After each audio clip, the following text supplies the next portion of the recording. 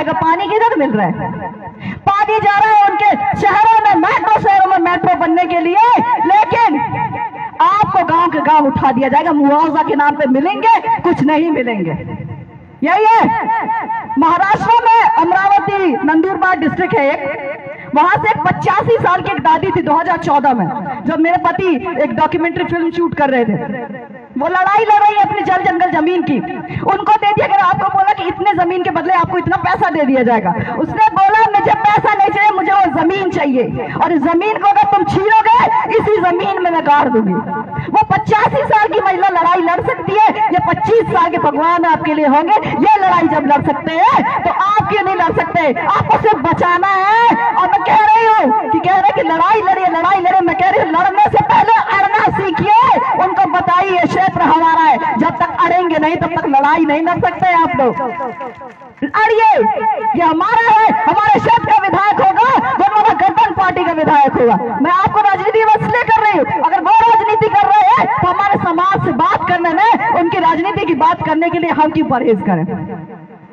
विधायक है ना, तथाकथित विधायक है ना क्षेत्र के, अकेले कि आप आदिवासी हमको भी वोट दीजिए, हम गौंड समाज से हमको भी वोट दीजिए, हम भी तो आपके ही है, तो लड़ो ना गोंडवाना गठबंधन पार्टी से चुनाव। बताओ ना कि ये गोंडवाना साम्राज्य का आंदोलन क्या है, ये गोंडवाना समग्र क्रांति का आंदोलन क्या है। हम किसी जाति विशेष के लिए लड़ाई नहीं लड़ रहे, हम की आदिवासियों के लिए लड़ाई लड़ रहे हैं, न इस गोंड के लिए लड़ाई लड़ रहे हैं, न बैगा के लिए लड़ रहे हैं, हम इस साम्राज्य के लिए लड़ रहे हैं। और यहाँ पे सर्व जातियां होंगी।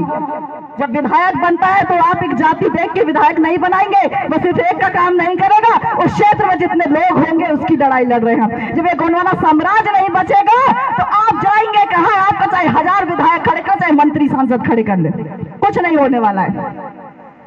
आप ऐसे लोगों को चुनिए जिनको पता हो आपकी संस्कृति क्या है। अभी संस्कृति का बड़ा चलन चल रहा है कि हमको बचाना है। वो लोग कर रहे हैं जो 25-30 साल से अपने घरों से बाहर हैं, उनको संस्कृति का साफ भी नहीं पता।